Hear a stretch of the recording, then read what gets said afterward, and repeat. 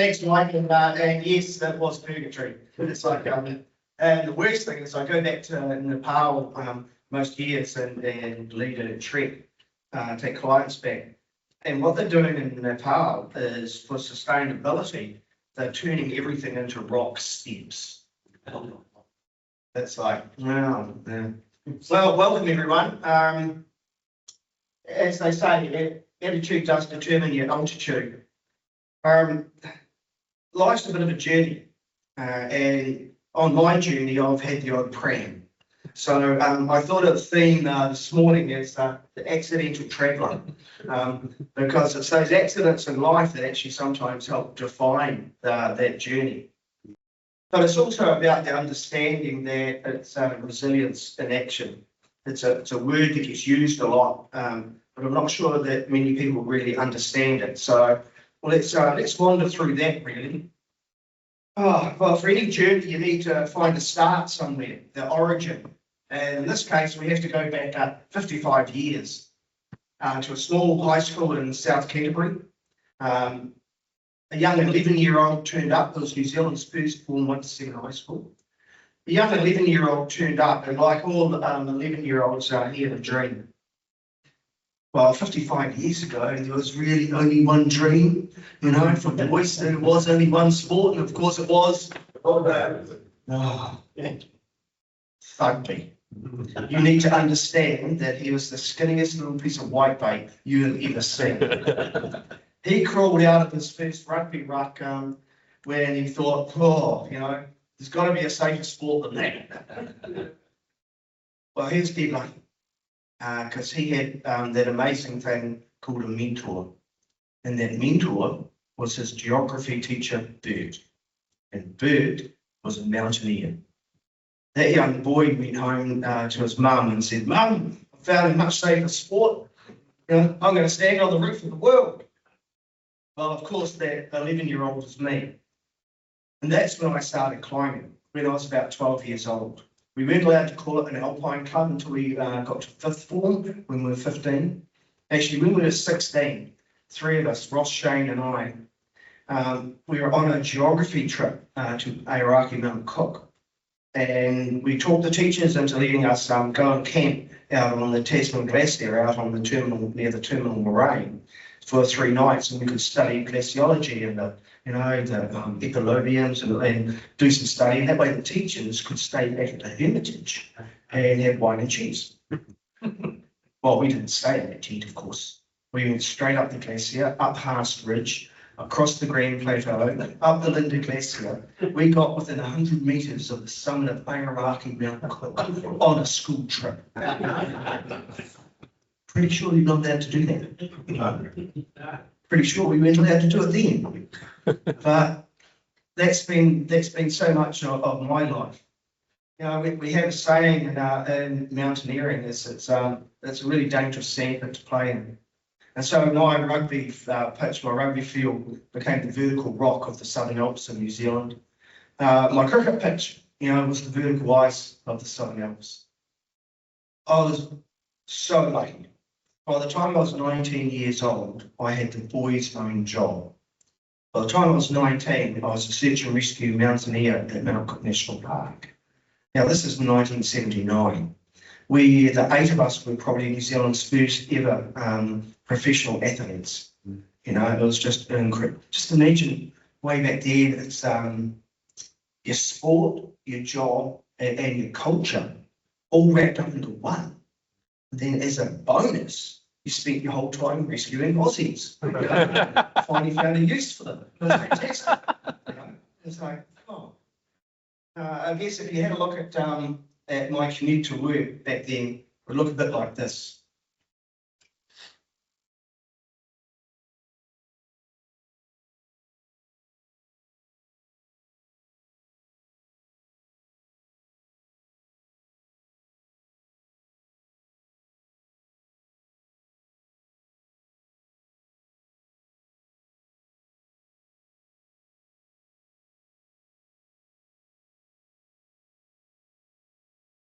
Aoraki Mount Cook at 3,754 metres, it towers above the rest of the Southern Alps. First climbed in 1894, it attracts adventurers from around the world, all keen to conquer the many hazardous routes that take them to the top of New Zealand's highest peak. As many as 200 climbers attempt the ascent every year. The majority don't make it.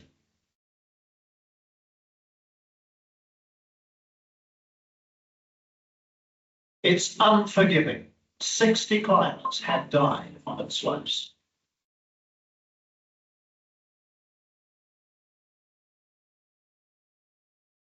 Well, that was my office window. That number's not 60 anymore, near, I think 108. You know, that's just on the slopes of Aoraki, within Mount Cook National Park and the Southern Alps. You know, as many people have died there as on Everest. It is a dangerous scene pit to play in. In 1982, in November, every year we'd hire an extra 8 summer mountaineers and we'd pair up with them. So we had 2 teams, search and rescue teams of 8. And in 1982, Phil Dool came on board. And so Phil was an experienced mountaineer. But we'd never climbed together. You know, if you're going to jump out of a helicopter on the summit ridge of Aoraki to pick up someone who's bent or broken, you sort of better know the person you're jumping out with. You know, because in reality, mountaineering is like the ultimate team sport, because you're tied to the other guy. You know, your life is in their hands, their life is in your hands. So Phil and I thought we'd do a wee climb together. And we decided to do the east ridge of Aoraki, Mount Cook. It's a beautiful climb. You head out across the Grand Plateau there, and you up onto the east ridge, and you head on up. When you're right up near the top of the east ridge there, you're on between sort of 45 to 65 degree ice. You know, you've got your ice tools in just a few millimeters. You've got your crampons in just a millimeter or 2 into the ice, and you can look between your legs straight down the Caroline face. 1,500 metres, 1.5k. Fantastic place. There was only one small problem that day, and that was we believed the weather report. Weather report said that we had a 24-hour window. Well, we came across the top at about 6 in the evening, and that's when we realised that the weather report was 12 hours out. It was blowing at least 100 kilometres per hour, pretty much like it's out there today.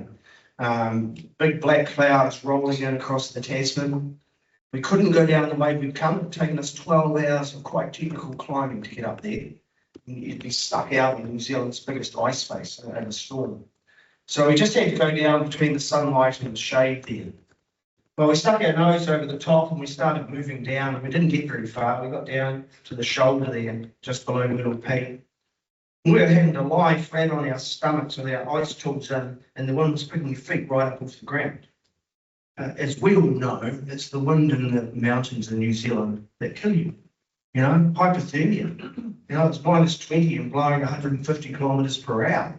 You know, the wind chill is just phenomenal. But up there, it actually just blows you straight off the thing. Got to get out of the wind.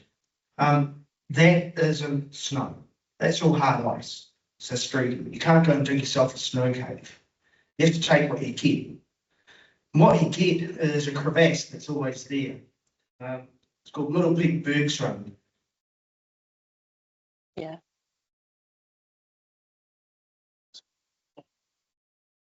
Wait for some reason.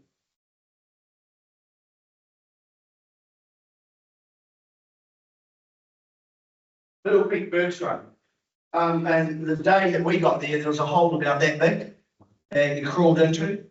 And once you got in there, there was a space about that big, about the size of a chest freezer, actually, same temperature. You couldn't lie down and you couldn't sit up. You just had to sit in there. Now, we were climbing light and fast, so no sleeping bags, cookers, nothing like that. You know, we just had the bare minimum because we were just going to be up and over and out. Well, we're in there for like, we thought, well, probably don't need to worry, you know, just wait 30 minutes and the weather will change. And it did. It got worse. November of 1982 was the first of our El Nino weather patterns to hit New Zealand. And so instead of being nor'wester, suddenly come through clear air, it just stayed westerly. You know, after 24 hours in there, we were thinking, might be in a bit of trouble here. Well, actually, we had a look of what we had. We only had 5 Shrewsbury biscuits. That's pretty much the food. A wee tin of peaches and a sachet of rara. That was the food that we had left. Well, that lasted us 5 days, half a Shrewsbury a day. But when you're lying dead still at -20, you're burning about 6,000 calories a day. So that's the same as a ride on the Tour de France, you know, without the drugs. You know, it's half a Shrewsbury doesn't cut the mustard. Because it wasn't 24 hours we were in there. You know, we were in there for 324 hours. You know, we spent 13 and a half days in that ice cave. Well, I went in there at 71 kgs. I came out at 39. Don't hear Weight Watchers advertising that one, do you? And it wasn't the lack of food that was killing us, it was actually the lack of fluid. Because you can't eat snow because you don't have calories to keep warm. So the whole thing about being in there was about decisions. What decisions would you make? And for me, you know, we were in a unique position because we were search and rescue mountaineers. The longest anyone had survived previously was 9 days. We lasted 13 and a half because, you know, we had knowledge. We had the knowledge that frostbite doesn't kill you. Hypothermia does. You know, and it's that understanding, you know, we had to watch our feet freeze. You couldn't open your clothes up and put your foot on someone else's stomach or in their crutch to keep it warm because you didn't have enough calories. You would die of hypothermia.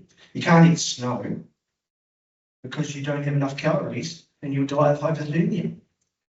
You know, in 13 and a half days, I peed twice. I can do that in a night now. You know, it's like crikey. But on the 29th of November 1982, the weather cleared for just a few hours. I got rescued by my own search and rescue team, you know. That's cost me a lot of beer over the years, I can tell you. We closed what we called Middle Peak Hotel and, you know, we rocked away to hospital. Rocked away to hospital knowing that we were going to lose our toes, you know, and Phil and I and the ambulance were going, well, if we can talk the surgeons into it, get them to cut our toes off nice and early, we could be back climbing by Christmas. Well, it wasn't going to be the case. It was actually going to be a lot worse than that. Our whole feet had been through freeze-thaw cycles and gangrene had set in. And so by the time Christmas Eve 1982 came along, we were in a pretty desperate situation. Now, I'm pretty privileged. I work around the world with companies and communities around change, and I have my gold standard for change. I even know the time. It was 9 o'clock in the morning on Christmas Eve, 1982, and the surgeons came in and put the lines right there and wheeled me into theatre. And all I could think was just cut them off and let me out of here. They were killing me. Well, the problem is you wake up the next day, it's Christmas Day, and you look down the bed and the sheets end halfway down. That's when you realise that you never know what something is like until it really happens to you. Well, it was really time to move on. It was time really to understand that it's a new journey. You know, it's the understanding of you have to practice resilience. The best thing I had is an education, you know, and that came from Geraldine High School, from scouting, was the understanding of how to think, not necessarily what to think. Having the ability to think around things. That's the real strength when you get in trouble, because it allows you to look around and work out a solution. It also allows you to look at a picture like that, and hopefully you see what I see. I don't see a double amputee when I look at that. I see an amputee mountaineer that will never get frostbite in the street again. It's about, you know, I love to ski, you know, and I ski better now than I did when I had legs.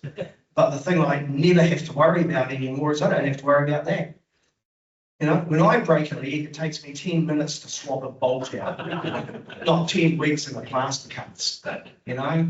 So actually, I've just got some new ski legs actually, so you can see me out on the slope straight away. I don't want to break your leg. But I tried to go back climbing really early on, but the stunts were just too new. Plus, there weren't any other double amputee mountaineers out there in the world. There was no one to learn from.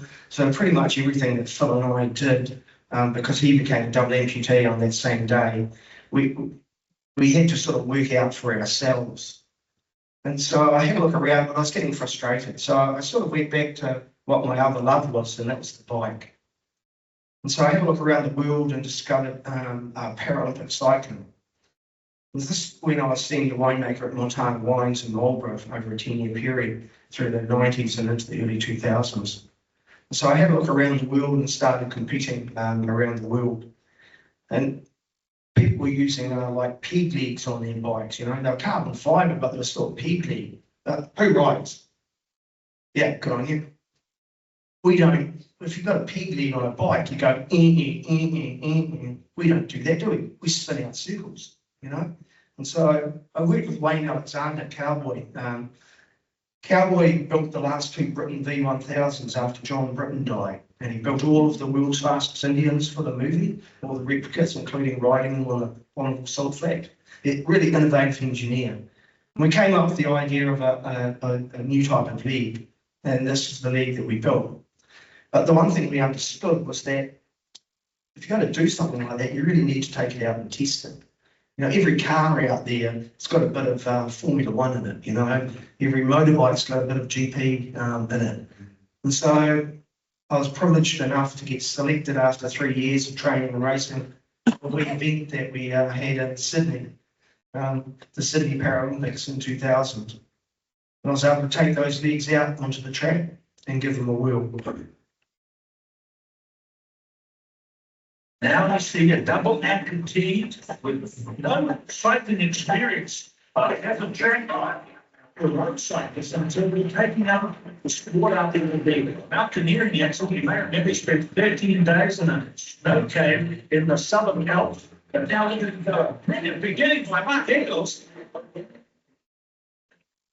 He comes up with the time to be the next stage. He's underneath, he's got a well, he's in the lead.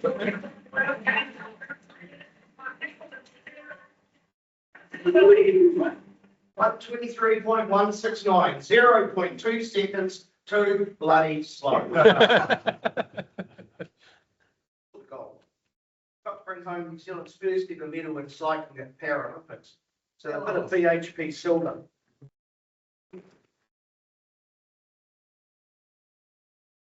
That travels with me everywhere because it's a reminder. It's a reminder not of the 0.2 of a second, or how hard I had to race, or the sacrifice my family made to allow me to do it. It's a reminder of the view in my mind's eye when that medal got put around my neck. Because when that medal got put around my neck, the only view of my mind's eye was that Summer Paralympics Mount Cook. I thought, if I can do that. So I came home, and a year later,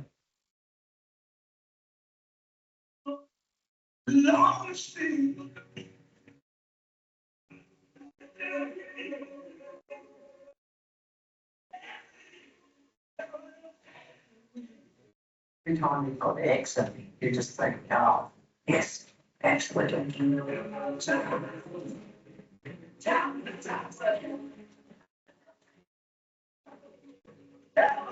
have to do something regularly in your life to set new parameters. Oh, they all be able to sort of strong.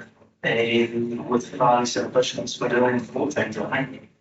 In his second attempt in 2001, 19 years after that rescue from the ice cave, Mark Inglis was back on top. Yeah, and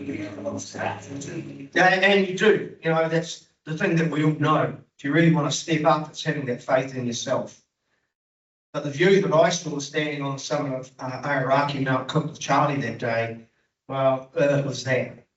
You know, when I had my legs cut off, everyone said, you know, oh, be a pity you can't do the classic Kiwi thing and do an Everest. Well, standing on top of Aoraki, I knew I could do that again.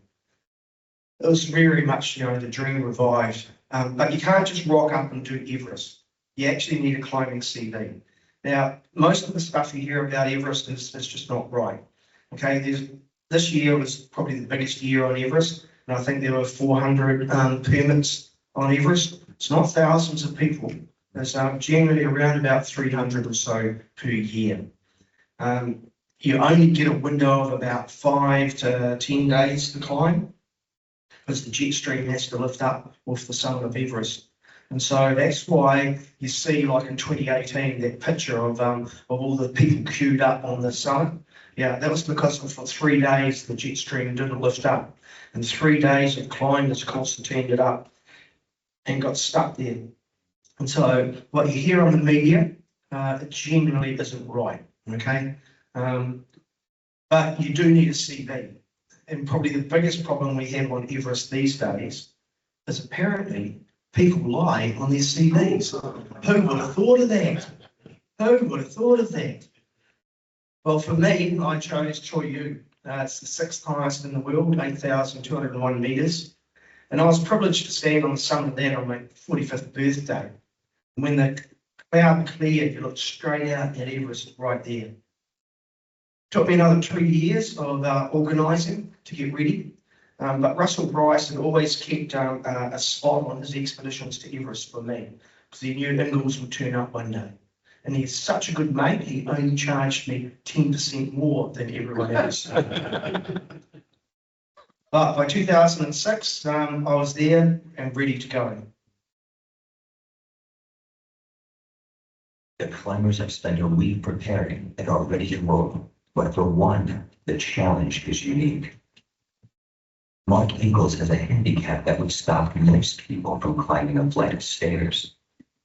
Nevertheless, he intends to be the first man to summit Everest without legs.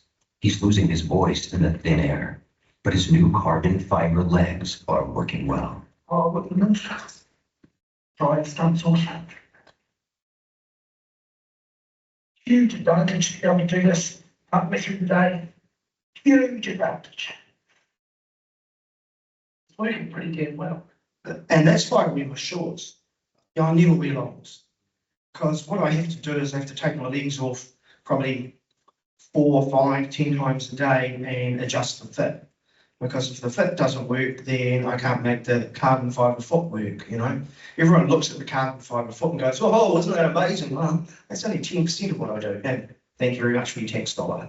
I try and make them last a whole year. 90% of what I do is how my stump fits in the sock. And all my weight goes on my patellar tendon just underneath your kneecap there. Reach down and feel it. Just feel your kneecap, just beneath your kneecap, between your kneecap and your shin. There's the patellar tendon. It's about the width of your finger. That's where all my weight goes, right there. And actually today, I got a bit carried away out the back in the St. James the other day, and I've got a pressure sore right on that patellar bar, which is a wee bit annoying, to say the least. But that's why I wear my shorts. So I'm taking my legs off to make sure that that fits right all the time. You don't want to see me wandering through Wellington Airport and dropping my strides. We'll leave that to people on Cuba Street and places, And so you just have to make them work, really. Well, Everest. It is a biggie. Very few people have been able to do Everest solo. It's probably less than 100 true solo events on Everest. Pretty much everyone, which is about close to 5,000 people have climbed Everest now since 1953, since Ed and Tenzing stepped onto the top. They've all done it within the framework of a team. And the team is around collaboration, and it's around communication. It's especially around straight talking. It's about everyone has to be super clear. It's that thing about a common goal and vision. Because the problem is once you start going up high, as the oxygen level drops and the air pressure drops, so does your cognitive ability. When you're on summit day, I reckon you've probably got 80% of your brain. Okay. Now, if you're by yourself, that means decisions aren't necessarily that good. But if you've got 5 people in your team, hell, you've got a whole brain, you know? And it's about that communal brain. That's the really critical element of, especially of a team on Everest. But the thing you really need is focus. And not everyone has focus. One seems to notice Tim's absence as the team reaches the base of the ice cliffs. While the rest of the climbers wrap up the training, Tim packs in this ease.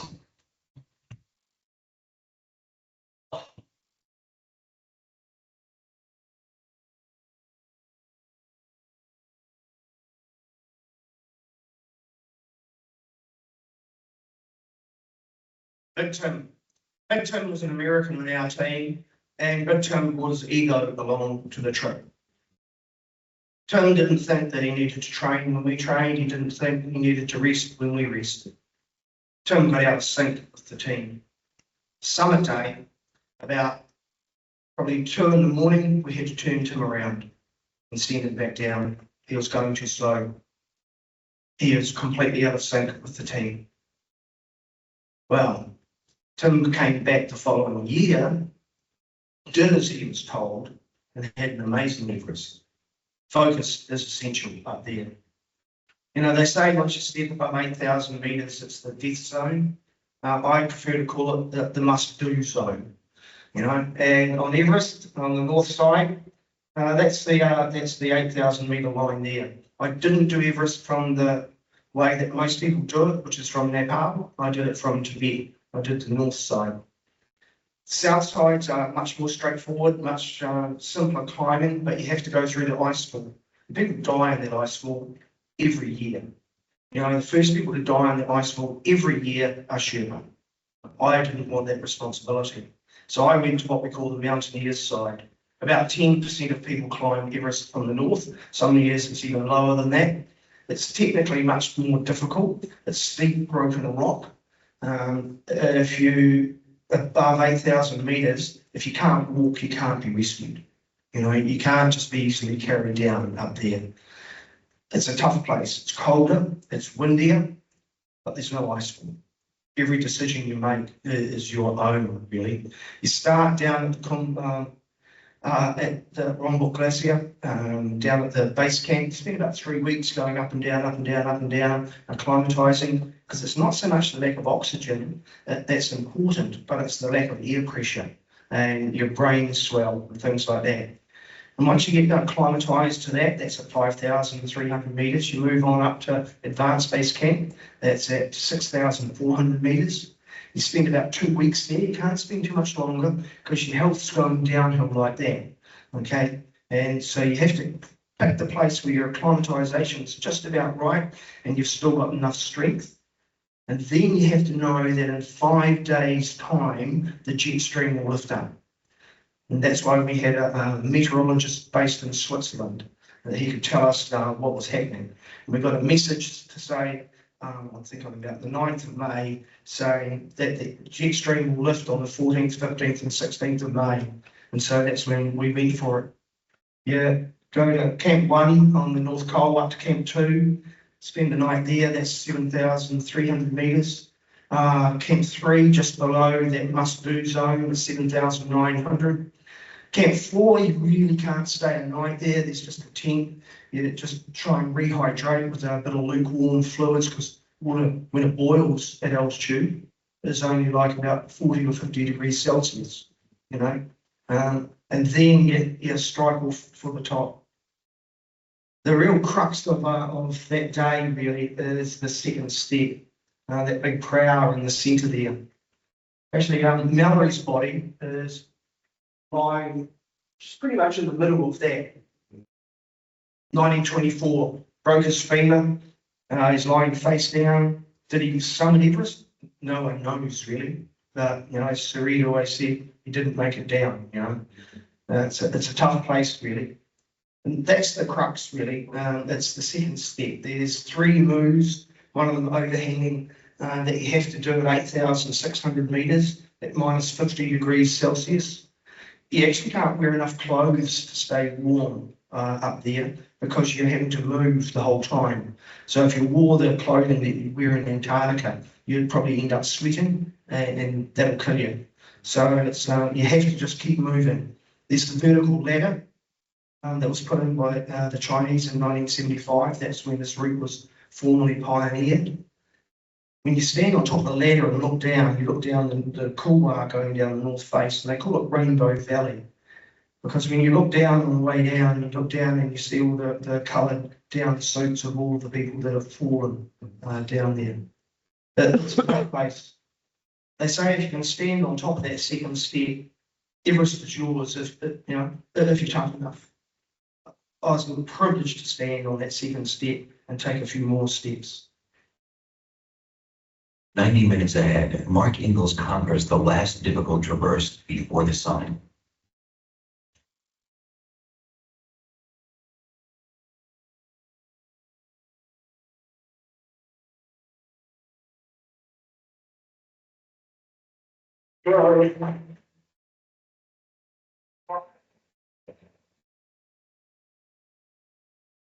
So this is the last 15 metres on the roof of the world. You take a few steps and you lean over and you try and suck some lows and then take a few more steps. After climbing on prosthetic legs for 47 days, Mark Inglis has made the summit of Everest. He's now the first man without legs to reach the top of the world. And the first thing that people ask is, what's the view like? And I go, I don't know, I was too scared. I spent 12 minutes on the summit of Everest. Because the one thing when you stand on the summit of Everest, you know, is that you're only halfway. 80% of the deaths on Everest happen on the way down. And as Mike will tell you after my experience on Phantom's Peak, going up with as a double amputee is quite straightforward. Going down is majorly difficult. By far the hardest thing I've ever done in my life was to come down Everest. I got to share one footstep with Ed and Tenzin, and then I started to make my way down the mountain. It was tough. Mark Inglis has struggled past them on his way down from the summit, and his artificial legs are now causing him agonizing pain. Despite his stumps being rubbed raw, Mark must keep walking because a rescue this high up is impossible. Sure is. Gee, I had to slide on my ass for some of it, I did everything I could to get down off that mountain. But once you get down to advanced base camp, luckily they have an Uber. And you dial 0800 Yak. That's the problem is that it was so cold on summit day that my stumps shrank so much I couldn't take a leg off because it was -50 and you get instant frostbite. I ended up putting my bones through the ends of my stumps. It was a long trip back to New Zealand, I can assure you. But it was a cold day, -50. Probably 60% of the people that came off Everest in 2006 had frostbite of some sort. And the same. On Queen's birthday weekend, after I got back, I had a little trimmer. Right? And that's the hand now. That's Everest for me. That's my reminder. You don't really need a little finger. Just saying. Those ones there, it's I work a lot with kids, and so you go, don't bite your fingernails. It is important to scare kids,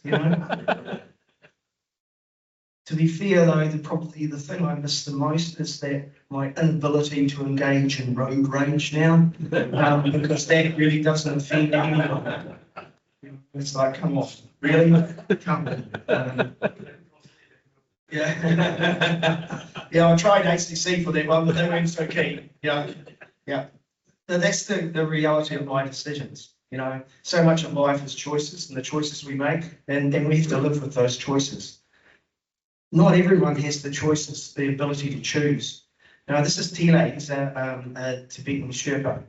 Actually, we'll let Tile tell a story.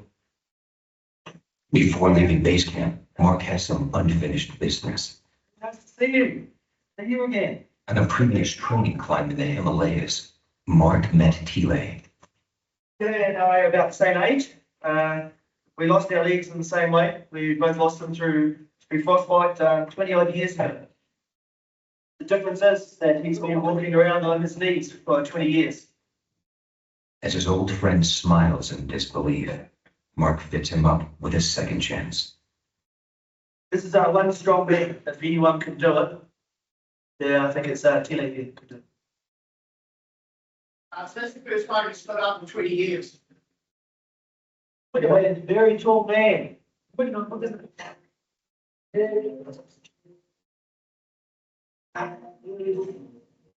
They say a smile's worth $1 million. His is probably worth $1 million to a dentist. But those leads only cost me a few $100s.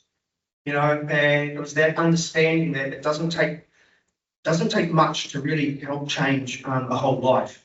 You know, that's a great return on investment, really. We created a charity when I was on Everest. I raised about $70,000 while I was on Everest. We created Limbs for All. And it's really about living resilience. It's about giving an inclusive opportunity to so many people that don't have it. Most of our work is in either Nepal or in Cambodia. In Nepal, what we do is we deliver these rough terrain wheelchairs because it's a great place. In Nepal, they're pretty well serviced for legs because they've had leprosy for such a long time. They understand amputations and prosthetics. When I was there last, actually, we've dropped off 3 more chairs. We've done around about 250 chairs to the Spinal Injury Rehabilitation Centre, where I think we're their longest standing donor. We've spent probably close to $60,000 with them. A lot of my work though is in Cambodia, and I've been going there since 2003. Thanks to Lady Fiona Kidman, actually, and Ian Kidman from here in Wellington. They were associated with the Cambodia Trust, and they asked me to go over and speak to the School of Prosthetics in Phnom Penh. Because what we want to do is we want to show these new prosthetists that are coming out degree qualified, who are going to be working in places where there aren't many opportunities, what you can actually do with a leg when you actually apply it, you know. And so I've been working with them since 2003, going over every year. One of the things that we found out when I was in there in 2019 is that the Cambodian government has pulled all support for youth with disabilities to go to school. And so we've stepped in. Cambodia Trust is now called Exceed. So we've turned it the Limbs for All Kids Exceed. So we've been operating, just paid this year's $11,000. We've been going, we've done what, 131,000. What do you get for that? We get 1,560 kids that get an education. You know, all the kids, this young lady, she's 9 years old. They get 2 uniforms, because uniforms, kids won't go to school in Cambodia unless they've got a uniform. They've got uniforms, they've got all their stationery for the year. Their parents get $20 a month, so the kids don't have to stay home and work. We provide them with a bike if they need a bike.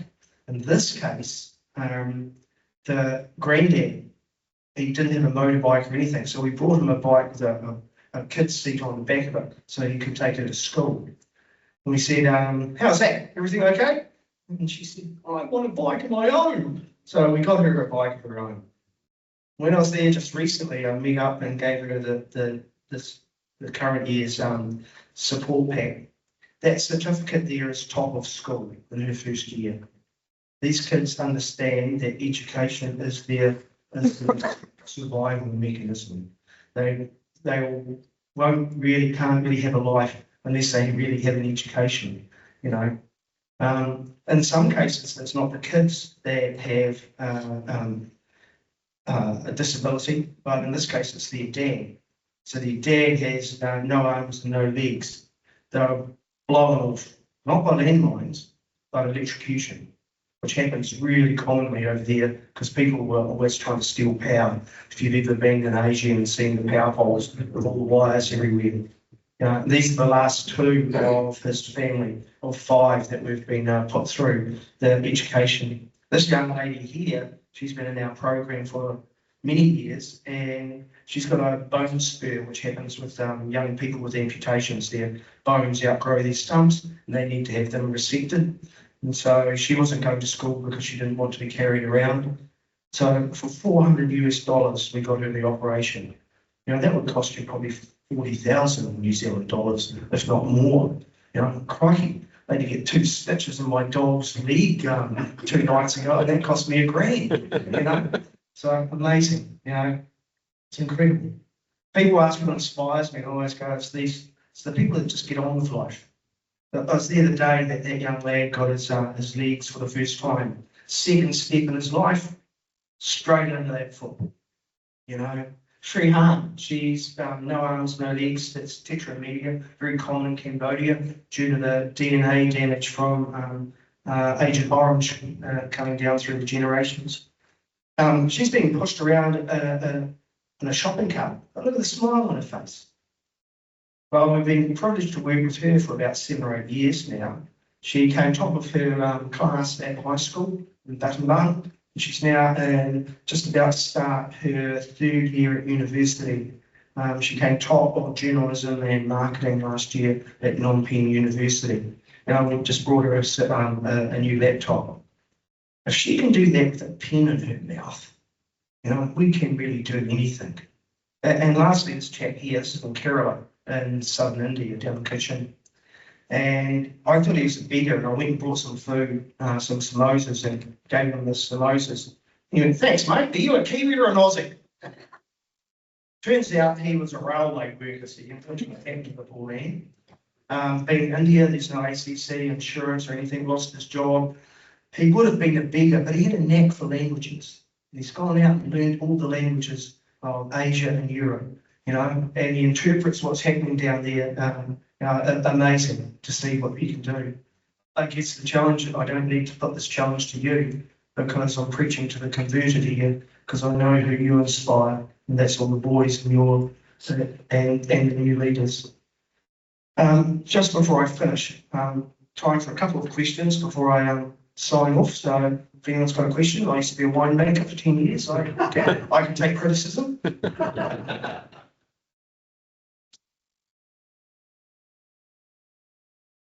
Thank you, Mark, for what you've said. I can remember in '82, we were walking along the Tasman Glacier, and the cloud level was down just above our head, and this chopper came in to rescue. We were going to be climbing our first 3,000 metre peak, the Minarets. Oh, fantastic. And with a group of baby boys, which we managed to do. And after that, it was our first 3,000 metre peak. There's Minarets 1 and Minarets 2. And from that, we did Mount Aspiring. So we managed to do 3,000 metre peaks. But I've read books and appreciate what you've written.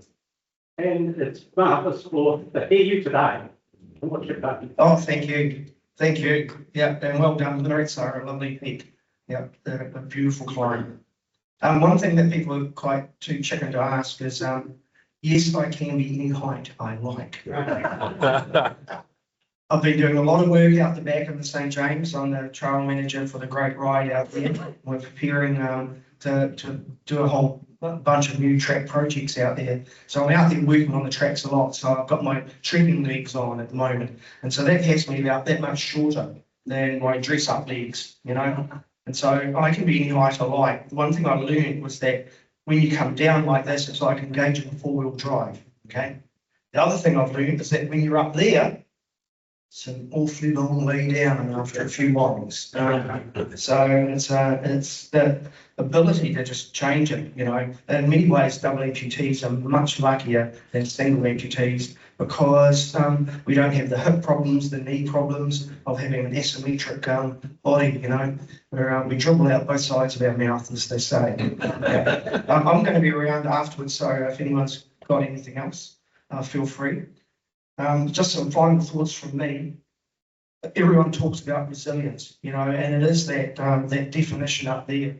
You know, the capacity to withstand and recover quickly from difficulties. The best thing I heard was actually, it's like traveling from failure to failure with enthusiasm. You know, that's what you really need. But the best one I've ever heard, actually, I call it business yoga. It's about being ultimately flexible in how you see things. But the best way was what Mr. Miyagi said to Karate Kid. You know, don't be the glass rod that shatters in the wind. Be the shaft of bamboo that waves around. My wife asked this gentleman to send me a message because I really respect what he does, and this is the message he sent me. I'm Michael Payne. I've never met you, and quite frankly, I hope I never do, because you make me feel so completely inadequate. I mean, you make the journeys I've done in the last 19 years look like wandering around in a back garden. You make the black night embodied by the Holy Grail look like a complete whim. You're a loony. It's always trans! Amateur! Come on then!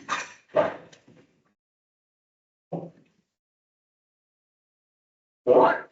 We're calling it wrong. But seriously, the challenges you overcome and the inspiration you give to people are absolutely fantastic. You've changed the meaning of the word impossible, and I envy you and I admire you. So I'm very glad tonight to have been a little part of your life. Good luck with everything else you do. And if you want a bit of advice, just 3 words from an old fart. Be more careful. As I said, my wife put him up to that, and I do try to be more careful, but I do understand that we all need to live our lives by the words of T.S. Eliot. I know that's what you do with your boys. You know, it's that whole concept of, you know, it's only those that will risk going too far can find out how far one can go. And that's the job that you do in putting out those challenges, because it's those challenges that open up the window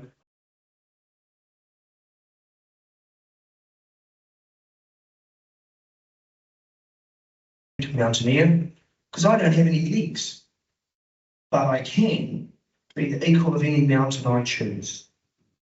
My challenge to you, Boys Brigade, is that we've had mountains put in front of us. We've got a lot more mountains to be put in front of us in the future. Don't just be the equal of them, be even greater than them. Thank you very much.